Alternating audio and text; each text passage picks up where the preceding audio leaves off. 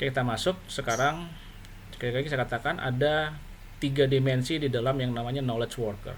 Ada dimensi proses bekerja, ada proses pembelajaran, proses pelatihan, ya, meningkatkan kompetensi, dan ada lagi adalah dimensi knowledge, pengetahuannya. Apa itu sebenarnya knowledge worker? Dikatakan adalah apa? Untuk mewujudkan pengalaman, inovasi, kreativitas, dan transformasi pengalaman menjadi pengetahuan untuk memanfaatkan produk atau jasa. Sekali lagi dikatakan mewujudkan pengalaman, inovasi, kreativitas. Kadang-kadang muncul gini teman-teman, ya, ada rasa ego kita karena kita mungkin akan nanti menjadi sarjana. Lalu ada orang yang kerjasama dengan berangkat dari ijazah STM misalnya, atau D3 Politeknik D3. Kita merasa bahwa kemampuan kita adalah di atas mereka teman-teman secara pengetahuan. Tetapi pertanyaannya adalah sekarang gini, apakah mereka yang lulusan SMK D3 itu lebih mahir daripada dilihat dari skill? Belum tentu teman-teman. Anak SMK jurusan misalnya instalasi jaringan, ya, atau dia spesifik khusus pada misalnya database, belum tentu lebih mahir kita lulusan S1 informatika. Kenapa? Tapi sekali lagi teman-teman, ya, ini konteksnya berbeda dengan apakah S1 SMK. Tetapi SMK itu diarahkan pada praktikal teman-teman, itu ya, praktikal. Bagaimana mereka dihadapkan pada kasus-kasus. Oke, ini prakteknya seperti ini, kasusnya seperti ini. Tetapi kenapa lebih skillnya lebih, misalnya ya, dikatakan lebih baik anak SMK atau anak D3 dibanding anak S1? Karena S1 itu bagaimana diajar juga sebagai konsep teman-teman, diajar konsep. Itu yang diharapkan dia menjadi konseptor, ya. Pertanyaan saya teman-teman, apakah seorang presiden itu harus pintar sekali nggak teman-teman? Atau seorang pimpinan? Bisa jawab?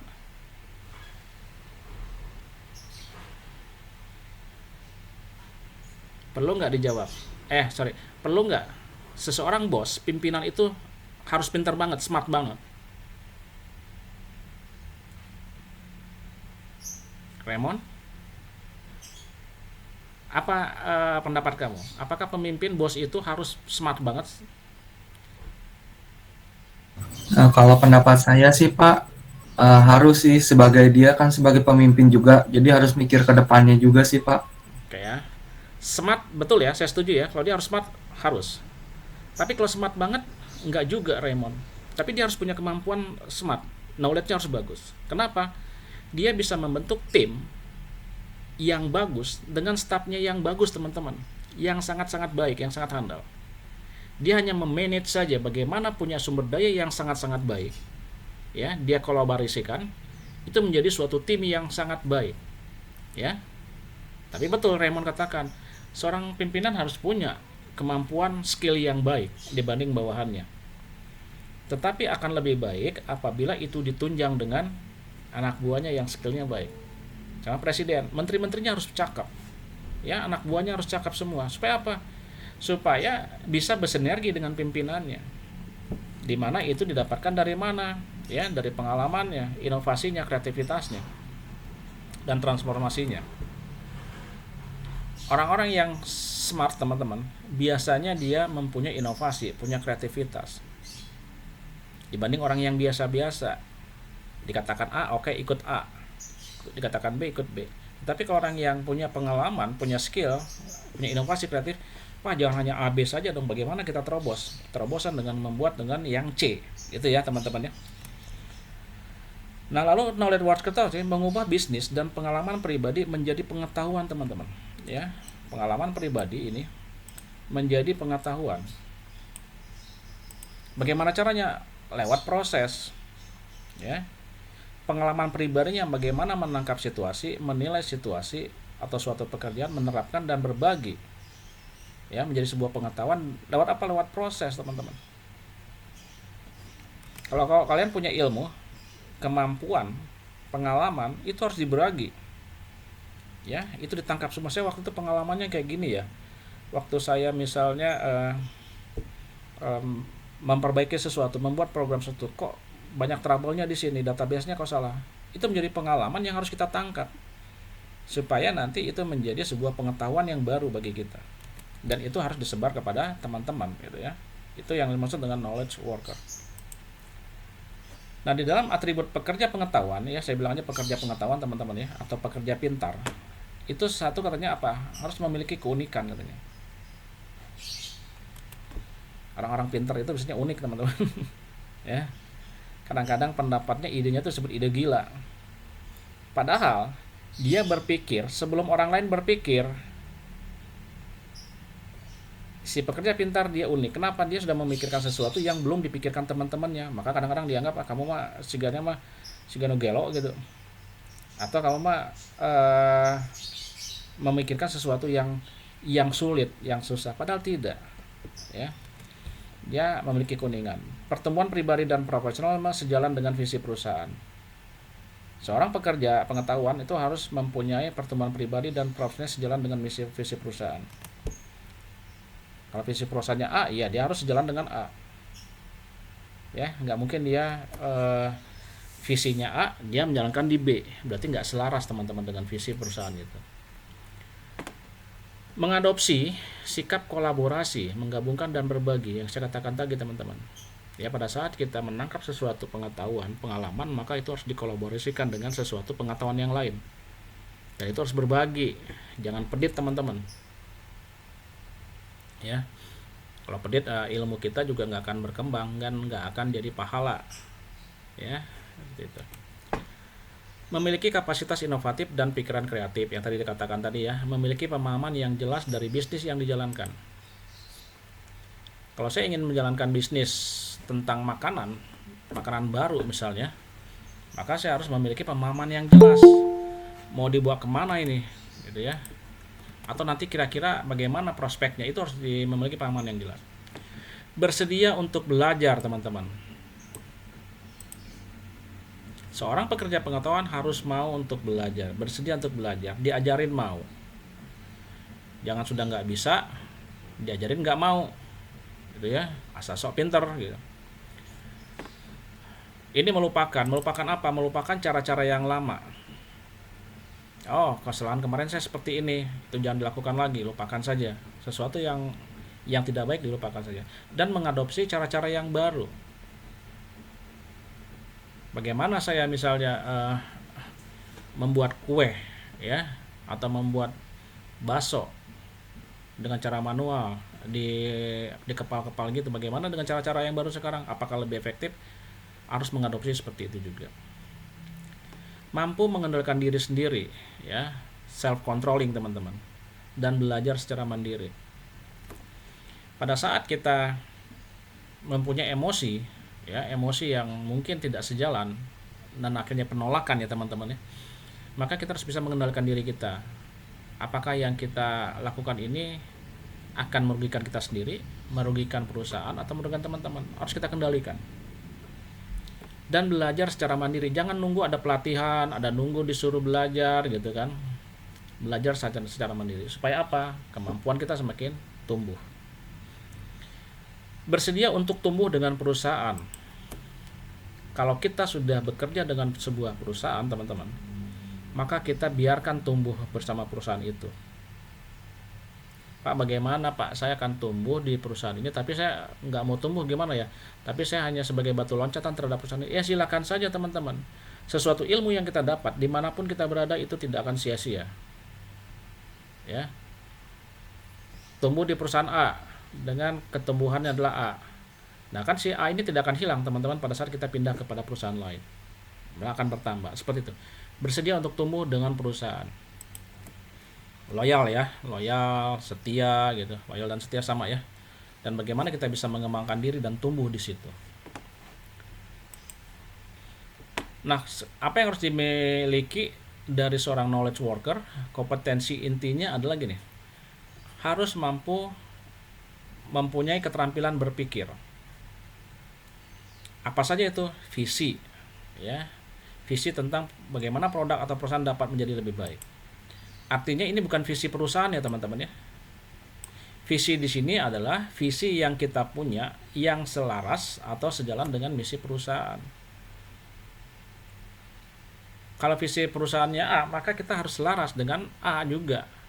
Tetapi mungkin saja bisa menambahkan menjadi A1, A2, A3. Supaya apa? Visi A-nya tetap, visi perusahaan dapat, tapi ini dikembangkan dengan visi kita sendiri. Yang kedua, pembelajaran berkelanjutan. Belajar kembali selaras dengan kondisi yang berubah dengan cepat. Kalau kita tidak mau belajar, teman-teman ya, katanya kan belajar adalah sepanjang hayat, teman-teman, sepanjang hidup. Dan itu memang harus. Selama kita hidup kita harus belajar. Belajar apa? Ya belajar banyak hal. Pembelajaran berkelanjutan, belajar kembali selaras dengan kondisi yang berubah dengan cepat. Minggu lalu udah katakan, change or die. Kalau kita tidak mampu belajar, menyesuaikan, kita akan mati. Lalu tim dan kerja tim yang inovatif, ya, melalui kolaborasi, bekerja sama dan koordinasi. Jadi tidak hanya orang yang pintar itu teman-teman. Orang yang pintar itu bukan dia pintar sendiri. Saya mampu, seorang Arnold bisa mengerjakan itu sendiri. Tapi bukan seperti itu. Walaupun saya smart, saya pintar teman-teman, dan saya mampu menghandle itu semua, tapi bukan seperti itu dalam perusahaan. Yang dikatakan harus menjadi sebuah tim. Kalau saya kerjakan sendiri mungkin saya butuh 3 hari, tetapi kalau saya bentuk dengan tim saya, dengan teman-teman saya, mungkin hanya 1 hari selesai. Ya. Titik poinnya bukan bagaimana kita bisa menghandle itu, tapi bagaimana kita berkolaborasi, ya, bekerja sama dengan tim yang lain untuk sesuatu yang lebih efektif dan lebih efisien.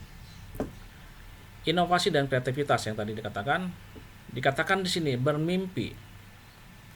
Ya. Cara baru untuk memajukan perusahaan. Mimpi teman-teman. Bagaimana ya mimpi saya? Ya, kita yang ciptakan mimpi itu kan. Bagaimana dulu kita sebut saja gerai ya teman-teman ya, ada sebuah gerai, misalnya gerai swalayan lah ya, swalayan I dan swalayan A. Dulu teman-teman, dia hanya melayani orang yang datang saja. Betul ya? Yang datang dia layani, pulang, selesai. Sekarang berinovasi, bagaimana bermimpi supaya orang yang malas ke gerai itu bisa belanja di tempat kami. Sok coba kalau kalian lihat sekarang. Ya, mager WA saja gitu. Ada slogan-slogan seperti itu. Oke. Pak, Ibu tinggal WA saja apa yang dibutuhkan. Nanti kami siapkan, kami antar. Itu kan inovasi, teman-teman. Bermimpi bagaimana orang yang di rumah bisa belanja. Mimpinya seperti itu. Orang yang mager, yang pengen di rumah aja tapi ingin belanja, tapi dia dipaksa untuk belanja. Ya sudah saja pesan online gitu. Online-nya semi online karena apa? Sistemnya sistem WA saja, selesai. Asalnya dia menunggu bola, sekarang jemput bola. Itu kan mimpi, teman-teman. Ya, seperti itu. Banyak hal-hal yang hal-hal besar itu mulainya dari sebuah mimpi. Percaya teman-teman ya. Bermimpi. Pada saat kita tidak mau bermimpi, maka kita tidak punya harapan, tidak punya keinginan untuk sesuatu yang lebih baik lagi.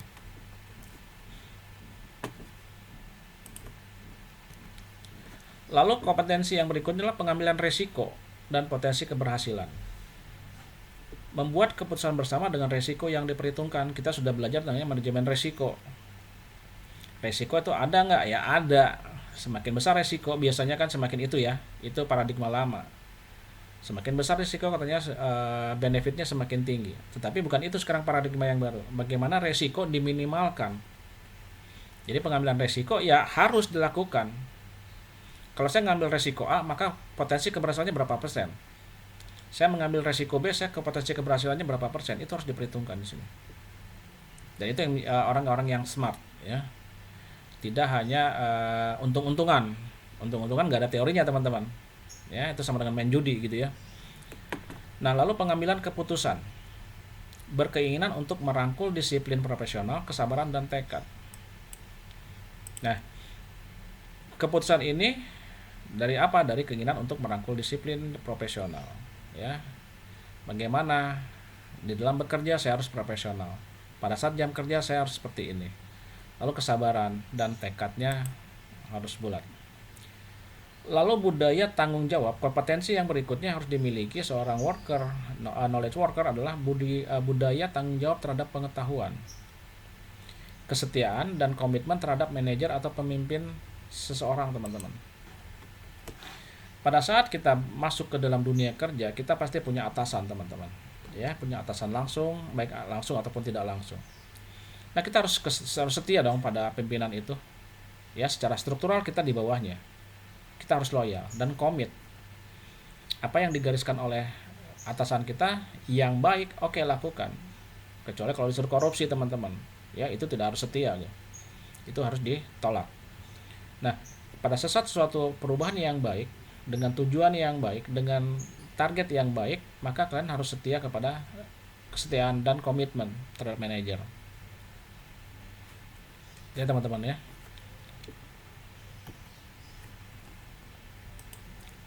Nah, ini bedanya manajer tradisional dibanding dengan manajer cerdas, teman-teman. Ya, ada orang yang masih senang di sini, manajer tradisional. Kenapa? Ini lebih gampang, ya, dibanding manajer cerdas. Kalau manajer cerdas berarti dia harus menjadi seorang knowledge worker juga. Yang disebut dengan manajer tradisional, dia mempunyai pemikiran orientasi pada aksi, teman-teman. Ya, pokoknya bekerja seperti ini, kamu harus ikuti seperti ini.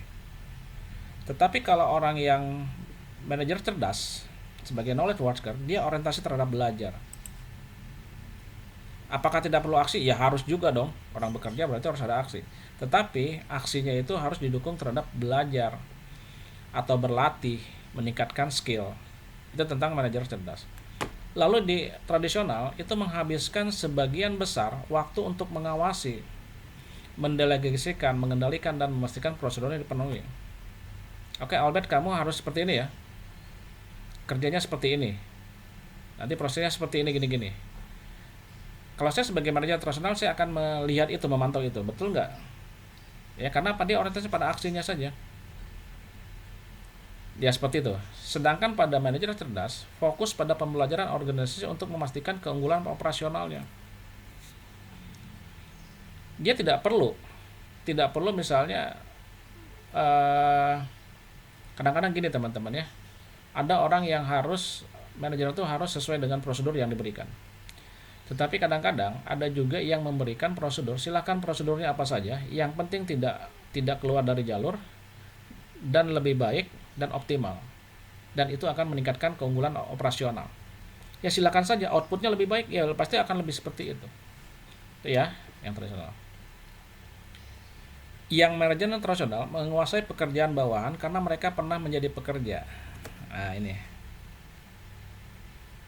Dia akan memahami sekali pekerjaan bawahnya, kenapa dia sudah merasakan itu dulu. Tetapi kalau manajer cerdas, teman-teman, dia mengharapkan dia tidak menguasai pekerjaan bawahan, teman-teman.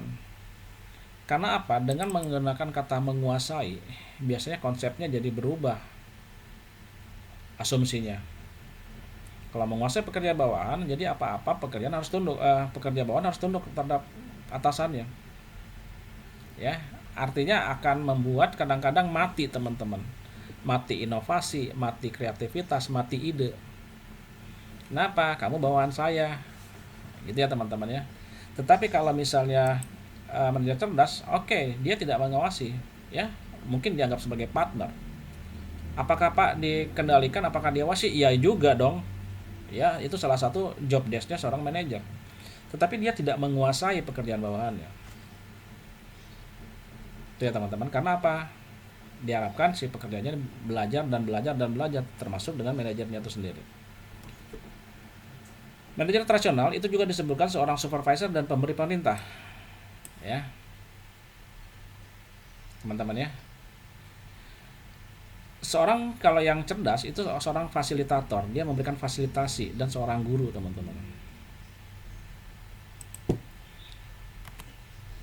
Beda nggak, teman-teman? Pemimpin dengan pimpinan, teman-teman. Beda nggak? Siapa yang bisa jawab? Apa bedanya pemimpin, atau sama aja pemimpin dengan pimpinan?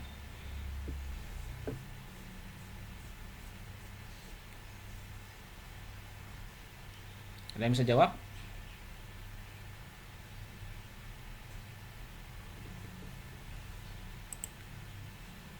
Ada nggak?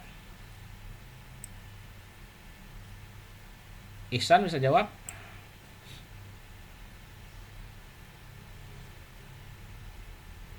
Nggak dengar. Itsa?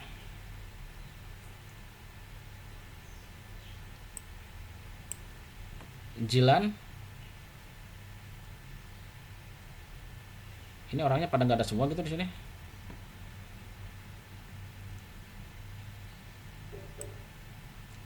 Ridwan? Wah, hilang semua nih. Sasa? Iya Pak, Beda nggak pemimpin sama pimpinan? beda.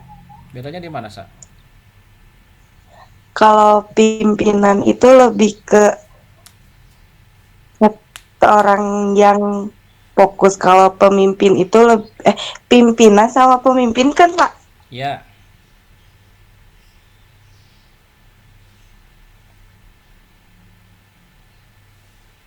Bingung? Kalau Teman-teman. pimpinan itu kan atasan, kalau memimpin itu jadi kerjasama bukan sih Pak? Oke ya, saya bisa tangkap ya.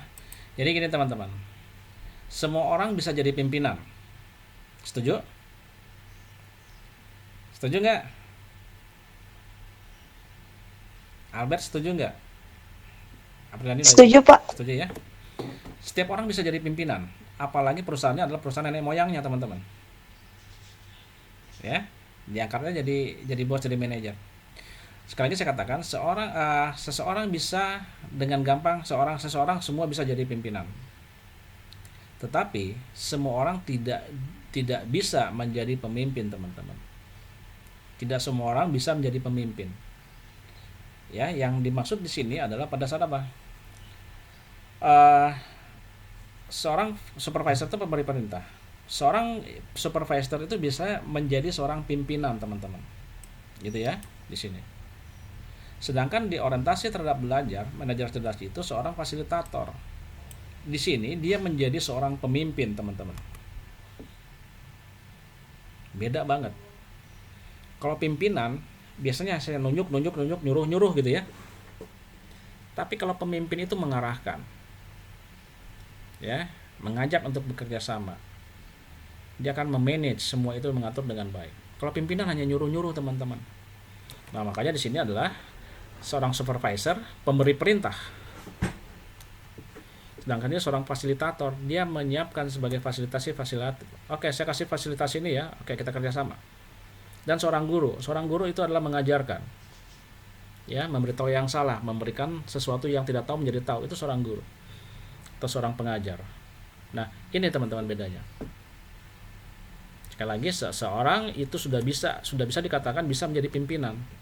Tetapi tidak semua orang bisa menjadi pemimpin, teman-teman. Sekarang dalam knowledge worker ada yang namanya organisasi pembelajaran, ya. Organisasi orang-orang dengan komitmen kuat untuk meningkatkan kapasitas mereka, menciptakan dan memproduksi apa yang ingin mereka hasilkan. Artinya, teman-teman, ini adalah kolektif dari orang-orang pekerja pengetahuan. Ya. Budaya knowledge worker itu menciptakan organisasi pembelajaran. Nah, di sini lagi organisasi pembelajaran itu mengatakan bahwa data dan informasi adalah pemberian. Sejak tahun 1960-an, fokus bergeser dari pengambilan keputusan nilai tambah yang berorientasi kuantitatif ke kualitatif. Maksudnya gini, teman-teman, ya. Tahun 60-an itu sudah bergeser sebenarnya. Pengambilan keputusan nilai tambah yang dulunya sebelumnya berorientasi pada kuantitatif berdasarkan jumlah saja.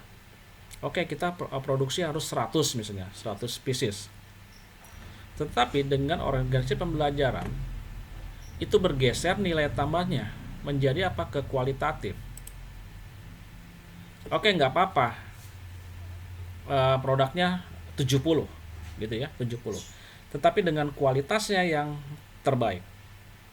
Jadi dia tidak melihat lagi jumlahnya, tetapi dia melihat mutunya, kualitasnya, teman-teman. Itu udah berubah ya. Asalnya berorientasi pada kuantitatif jumlah, berorientasi sekarang kepada kualitatif. Tugas manajemen kerja ya.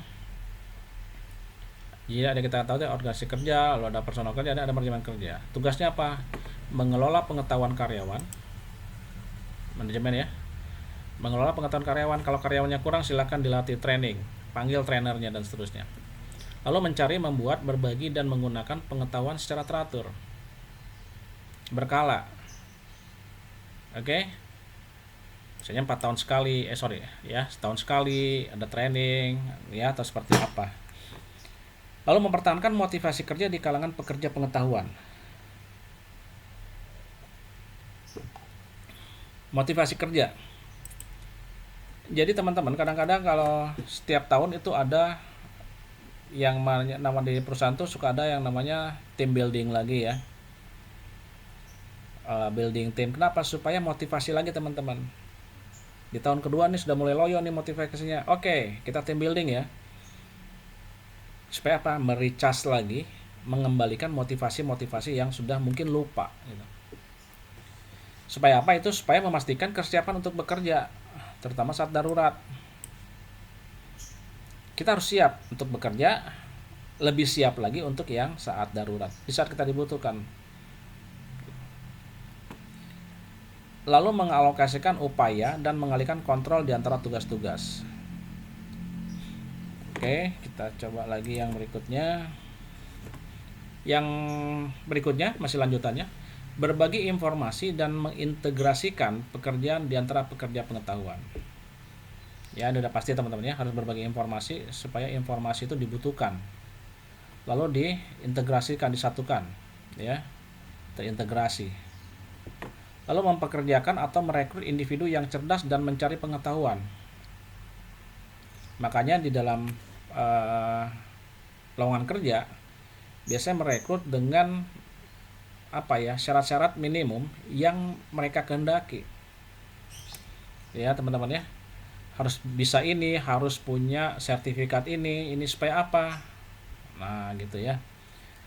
Supaya target yang diberikan oleh perusahaan itu lebih cepat, akselerasinya lebih cepat. Lalu mengelola kolaborasi, koordinasi dan kegiatan bersama di antara pekerja pengetahuan. Oke ya, ini nggak masalah ya, mengelola kolaborasi, koordinasi. Lalu faktor-faktor yang membatasi pengetahuan produktivitas kerja, teman-teman. Apa sih yang membatasi pengetahuan kerja? Kendala waktu. Ya, sering dibilang aduh nggak ada waktu, ada apalah gitu ya, kendala waktu yang selalu dimunculkan. Bekerja lebih cerdas dan lebih keras dan sedikit pencapaian. Yang tadi saya katakan, bekerja cerdas atau bekerja keras.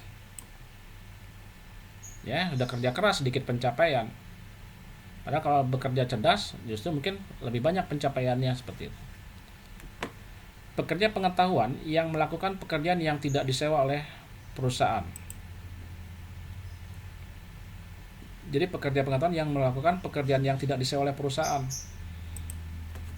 Banyak teman-teman pekerjaan yang kita merekrut dari orang asing, tetapi dia tidak terikat dalam perusahaan itu. Ya, jadi seolah-olah disewa saja hanya untuk kebutuhan itu, kan rugi juga teman-teman ya. Lalu jadwal kerjanya, timelinenya kadang-kadang tidak jelas, ya, membatasi pengetahuan ini. Motivasi terhadap produktivitas kerja pengetahuan juga sama.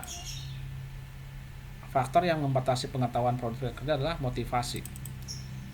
Kalau motivasinya jelek ya berarti akan jelek juga teman-teman pengetahuan produktivitas kerjanya. Sekarang model penyesuaian kerja.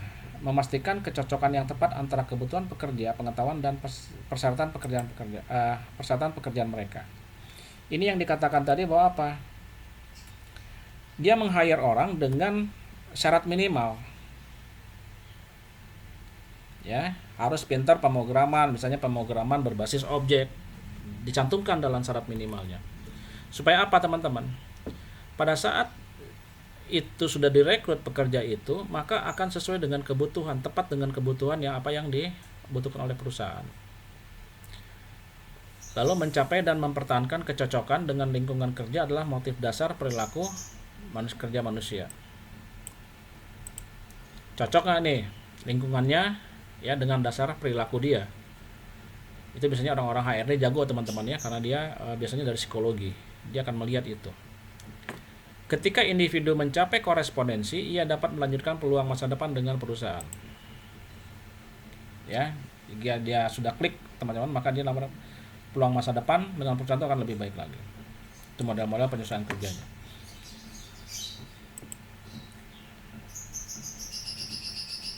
Apakah ada syarat untuk menjadi seorang kepemimpinan cerdas? Ada. Dia harus mampu menilai kompetensi inti perusahaan. Perusahaan ini kompetensi intinya di mana? Dia sanggup menilai itu. Menanggapi kekurangan internal perusahaan. Bagaimana nih menanggapi kekurangan internal perusahaan? Kekurangannya apa? Misalnya kekurangan SDM. Bagaimana ya kita kurang satu orang? Maka dia harus bisa menanggulangi itu, menanggapi itu. Oke. Kayaknya kita ambil saja di bagian marketing satu orang ini, ya kita latih supaya bisa masuk ke pekerjaan yang baru. Atau di marketing tidak harus terus-terusan gitu ya, ada waktu-waktu tertentu. Oke, kita pakai seperti itu. Dia harus bisa menanggapi kekurangan itu. Itu kalau contohnya di kekurangan SDM ya, atau kekurangan dana. Bagaimana caranya ya? Dia harus mampu dengan skill yang baik. Lalu dia katanya harus mempunyai pengetahuan yang jelas tentang pasar eksternal dan sifat pesaing yang rumit di pasar. Nah ini, dia harus bisa membaca situasi pasar, pesaingnya bagaimana, ya, pangsa pasarnya bagaimana, gitu. Lalu respon online terhadap lingkungan eksternal perusahaan. Tidak offline saja responnya, juga secara online juga harus, yang masuknya lewat online juga harus dapat ditanggapi dengan baik. Mengukur pengembalian tepat waktu, ya. Pengembalian apa ini? Pengembalian segalanya, teman-teman. Pengembalian dana, pengembalian SDM, ya, tepat waktu. Apabila tadi dipinjam SDM, oke, pada saat nanti sudah dapat dikembalikan lagi tepat waktu, ya. Atau misalnya pinjam dana, harus diukur nih, jangan cepat selesai tetapi keuangan masih belum stabil, jadi harus tepat waktu. Lalu ada namanya pekerja teknologi dan pengetahuan, ya. Tadi ada pekerja pengetahuan, sekarang ditambah dengan teknologi, teman-teman. Ini sudah pasti teknologi informasi berkontribusi pada penangkapan pengetahuan, distribusi informasi, dan ini tidak usah dibahas ya, teman-teman ya, karena ini sudah sangat jelas bahwa TI itu sudah berkontribusi sangat besar. Tujuan utama teknologi adalah untuk melayani memori organisasi dan menciptakan lingkungan kerja yang menyediakan kondisi ini. Bagaimana nih, ya, melayani memori organisasi, sesuatu yang mungkin masa lampau bisa dikelola dengan baik, yang mungkin organisasi bisa lupa, tetapi dengan adanya teknologi informasi ini mungkin saja atau dipastikan tidak pernah terjadi hilang suatu data atau hilang suatu pengetahuan masa lalu. Yang berikutnya, pekerja pengetahuan berharap memiliki pengetahuan teknis untuk mengakses, memperbarui, dan menyebarkan informasi dari basis data dan basis pengetahuan. Karena inilah inti daripada teknologi informasi.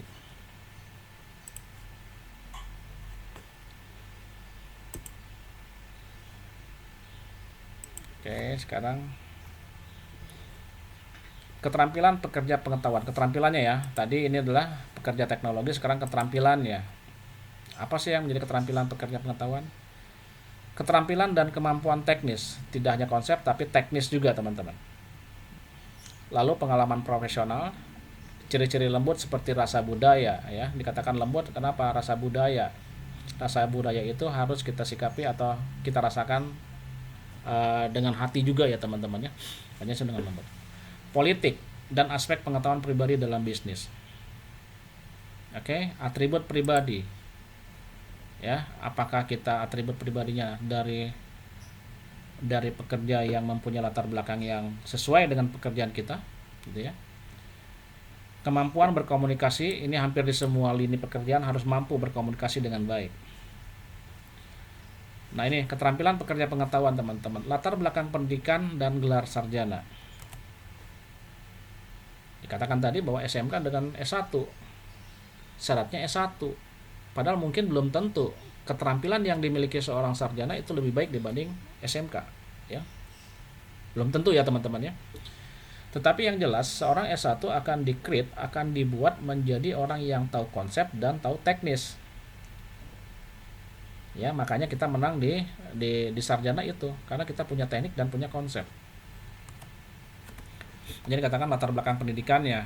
Kalau saya butuh seorang database administrator, nggak mungkin saya ambil dari orang psikologi dong. Ya, maka saya ambil dari sarjana informasi atau sarjana teknik informatika. Tuh.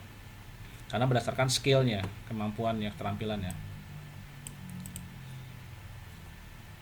Nah, teman-teman, ada lagi di sini di knowledge worker atau di organisasi pengetahuan ada yang namanya peran kepala petugas pengetahuan, teman-teman.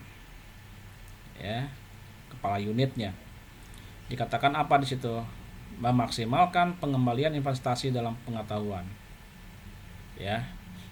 Baik itu orang, proses dan teknologinya. Lalu bagikan praktik-praktik terbaik dan perkuatlah barang-barang berbagi pengetahuan di antara karyawan. Oke. Ini barang-barang bisa dikatakan sumber daya manusia, sumber daya teman-teman ya, apapun itu. Mempromosikan inovasi perusahaan dan komersialisasi ide-ide baru. Dia harus mampu mempromosikan inovasi perusahaan nih. Pak, perusahaan kami sekarang atau produk kami ada inovasi yang terbaru loh, seperti ini ya.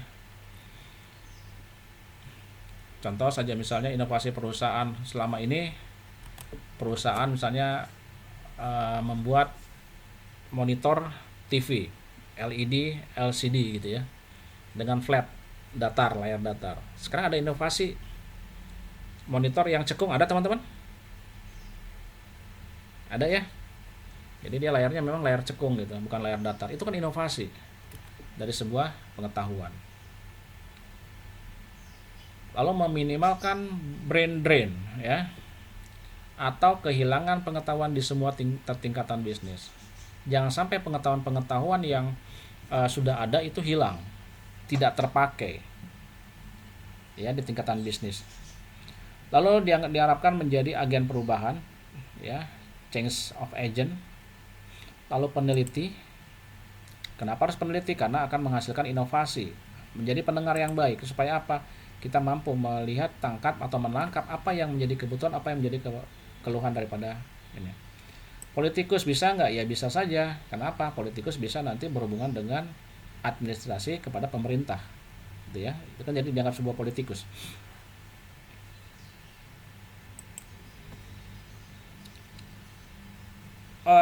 Keterampilan teknis CKO teman-teman. Ya. Ini sama dengan isi teman-teman. Kepala petugas pengetahuan ini ya, CKO ini ya. Chief Competency Officer ya. Keterampilan teknisnya apa? Dia harus mempunyai pengetahuan yang luas tentang praktik bisnis dan kemampuan untuk menerjemahkan informasi teknis di tingkat karyawan. Dia dapat informasi nih. Ya, CKO ini sama dengan ini teman-teman ya, cuma bahasa Inggrisnya singkatan. Kepala petugas pengetahuan. Harus mempunyai pengetahuan praktik bisnis dan kemampuan untuk menerjemahkan informasi. Kadang-kadang ini yang sulit teman-teman. Dia dapat informasi, tapi bagaimana meneruskan informasi ini supaya dapat ditangkap oleh tingkat karyawan yang paling rendah. Bahasanya. Sama halnya dengan dosen atau guru teman-teman. Dosen itu harus, atau guru lah ya, anggap ya, kita anggap guru ya. Guru itu harus bisa menggunakan kata-kata yang bisa diterima oleh dari level yang diajarnya. Bahasa yang saya gunakan untuk mahasiswa itu akan berbeda pada saat saya mengajar pada anak SMP atau SMA teman-teman. Ya. Itu yang harus bisa diterjemahkan. Kalau saya mungkin menggunakan bahasa istilah-istilah di mahasiswa, tetapi kalau di SD, SMP saya harus bisa menggunakan kata-kata yang real, yang mereka mudah pahami gitu. Itu ya.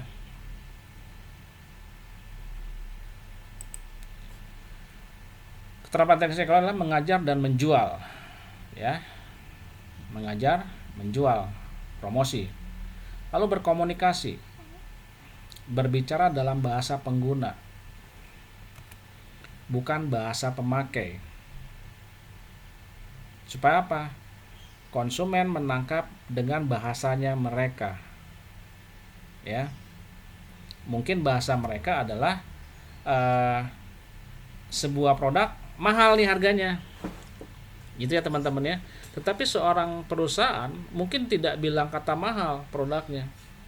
Tetapi mungkin berbahasa yang bahasa user. Jadi gini, ini sebenarnya harganya adalah sesuai dengan kualitas dan kegunaannya, gitu ya. Tetapi kalau kita ngomong ke tingkat pasar atau konsumen harus ngomongnya seperti itu. Tetapi konsumen akan menangkap apa? Itu mah bahasa halus, sepertinya mah mahal gitu. Itu teman-teman. Bahasa pengguna ya, menengahi dan bekerja dengan manajemen di semua tingkatan. Lalu mampu memahami. Contoh, mengidentifikasi area masalah dan menentukan dampaknya. Ini sudah kita pelajari dalam manajemen konflik, manajemen isu ya. Kalau ada yang mau bertanya, boleh sekarang, boleh nanti teman-teman. Ini kita tidak banyak, 2 slide lagi. Faktor perubahan apa sih yang dipertimbangkan oleh pemimpin? Ya.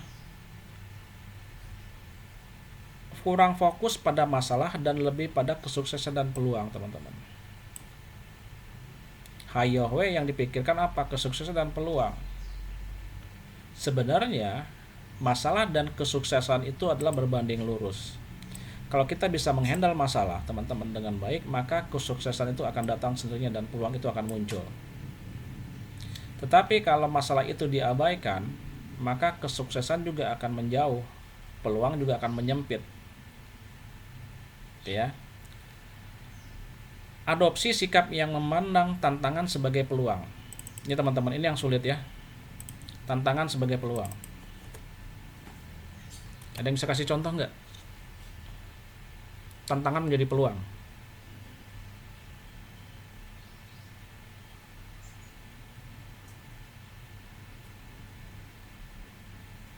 Fauji tahu Fauji? Bagaimana nih sikap memandang tantangan sebagai peluang? Contoh saja coba, Fauji tahu nggak?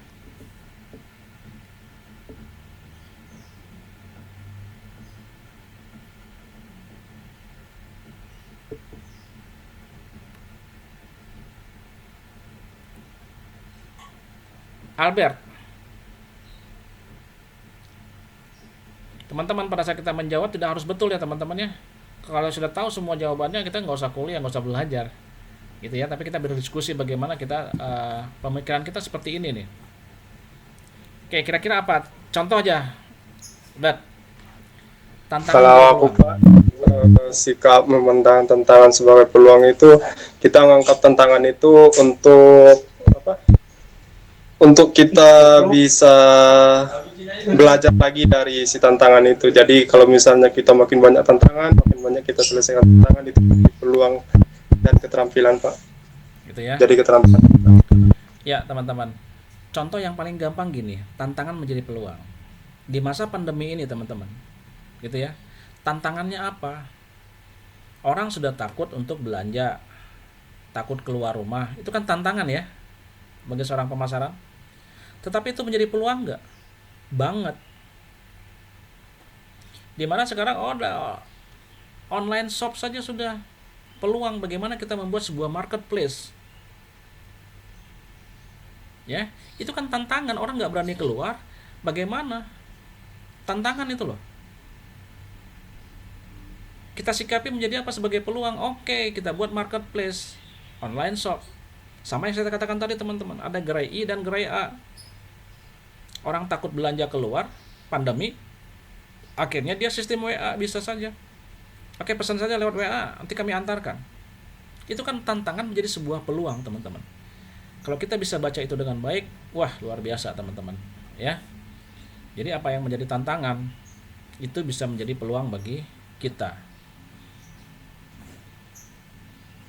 Oke, yang berikutnya adalah berusaha untuk menciptakan bisnis masa depan alih-alih menggedor masalah kemarin, ya.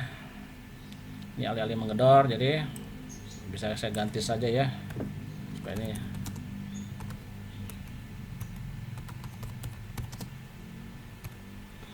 Nah gitu. Berusaha untuk menciptakan bisnis masa depan dengan melihat masalah kemarin.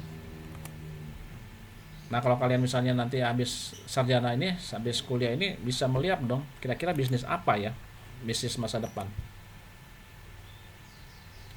Gitu ya teman-teman ya, bisnis masa depan. Yang cocok bagaimana nih ya? Dengan melihat masalah kemarin. Yang saya katakan tadi, secara umum tadi apa? Masalah pandemi. Akhirnya saya yakin online shop ini tidak berhenti setelah pandemi selesai, tidak akan berlanjut terus, betul ya? Gitu. Mungkin juga seperti ini teman-teman, ya. Contoh gini ya, tantangan menjadi peluang dan ini menjadi kita satu lagi ya contoh ya. Bisnis masa depan. Kalian tahu tentang bisnis pemakaman teman-teman? Ya, tantangan kan? Bagaimana orang tidak punya lahan untuk menguburkan, bagaimana dia tidak punya rumah yang luas untuk misalnya jika terjadi seperti itu. Maka pernah kebayang nggak kalian teman-teman, misalnya kalian punya lahan misalnya gitu ya, kalian membuat lahan pekuburan, disewakan, sistemnya mungkin bukan horizontal, tapi bagaimana kalian buat lahan sudah semakin sempit, ini tantangan. Tetapi orang mati pasti, gitu kan, betul ya? Bagaimana konsepnya, mungkin nggak? Kayaknya konsepnya gila sekarang ini. Dikuburkan vertikal teman-teman. Paham vertikal? Ya, kalau orang yang muslim mungkin tanpa peti, orang yang non muslim pakai peti. Peti harus seperti ini, gitu kan? Bagaimana dibuat sekarang vertikal kayak gini? Mungkin nggak? Tantangan kan? Mungkin sekarang ide gila teman-teman. Ya, sama seperti orang yang muslim harus seperti ini. Tapi nanti bagaimana kalau lahan itu habis? Mungkin nggak seperti ini vertikal. Sekarang mungkin ide gila teman-teman. Gitu kan? Sekarang orang bisnis. Sekarang buat jual tanah lebih mahal dari harga rumah untuk sebuah pemakaman saja. Banyak lahan-lahan pemakaman yang luar biasa harganya. Kan itu tantangan yang mungkin bisa dianggap masa depan teman-teman, bisnis masa depan. Itu ya teman-teman ya. Artinya mungkin kita dianggap ide gila untuk masa depan. Tetapi siapa tahu itu menjadi sesuatu yang benar-benar terjadi di bisnis masa depan. Oke. Sekarang insentif dan motivasi. Nah, ini yang terakhir teman-teman ya, slide terakhir. Semua ini nanti akan bermuara pada insentif dan motivasi. Hubungkan insentif atau sesuatu yang didapat oleh karyawan itu dengan pendekatan tim, di mana kinerja tim akan menentukan ukuran dan sifat insentifnya. Semakin pintar orang itu bekerja, semakin kerja seorang itu bekerja, maka insentifnya akan semakin tinggi. Ya. Itu sudah pasti akan sejalan. Nah, ini harus dipertimbangkan juga insentif ini. Lalu gunakan reward atau penghargaan untuk tim dan juga untuk individu untuk kontribusi unik. Ya, kadang-kadang ada kalau di sebuah universitas teman-teman ya, atau beberapa universitas dia membuat rewardnya penghargaan masa kerja, misalnya masa baktinya 10 tahun dia dapat pin emas. Supaya apa? Motivasi orang bekerja, saya akan baik-baik dan saya akan mengabdi lama, maka akan reward.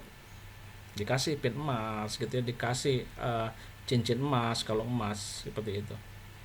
Apa? Ada motivasi untuk meningkatkan insentif. Flex time memungkinkan tim untuk memutuskan kapan harus bekerja. Fleksi ya, fleksibel ya, kapan harus dan sebagainya. Dan ini yang dikatakan tadi teman-teman, Pekerja keras dan pekerja cerdas itu berbedanya di sini. Ya, kalau saya menghabiskan tenaga untuk sesuatu pekerjaan yang mungkin berat, saya habis tenaga saya situ. Saya nggak mau berhenti dan nggak mau memikirkan bagaimana ya kalau ini jadi manajemen waktu. Gitu. Sedangkan yang pekerja cerdas akan memikirkan itu. Kapan saya harus bekerja? Ya. Lalu mana saja yang harus saya bisa dahulukan bekerja ini sambil menunggu pekerjaan yang lain. Itu yang disebut dengan flexi time. Berikutnya hadiah uang, bonus dan hadiah khusus dapat menjadi hit bersama tim pemenang. Ya, ini saya ganti aja, dapat menjadi trigger ya, trigger bersama tim pemenang. Publikasikan keberhasilan ke seluruh perusahaan. Albert dapat pin emas. Saya kasih tahu nih, publikasikan ke perusahaan. Kemarin yang mendapat pin emas kesetiaan dan lama bakti bekerja adalah Albertius, misalnya gitu ya, Albert ya, dapat emas 5 gram pinnya. Nah, supaya apa? Orang lain akan berusaha mempunyai motivasi, saya akan dapat pin emas juga gitu. Kan lumayan ya teman-teman ya, dapat pin emas seperti itu. Atau setidaknya kita diberikan penghargaan. Ya, kadang-kadang tidak perlu dengan uang, tidak perlu dengan barang, tapi kita merasa dihargai dengan sertifikat, dihargai dengan dipublish ke umum, maka itu menjadi sebuah reward yang cukup baik juga. Oke, seperti itu teman-teman.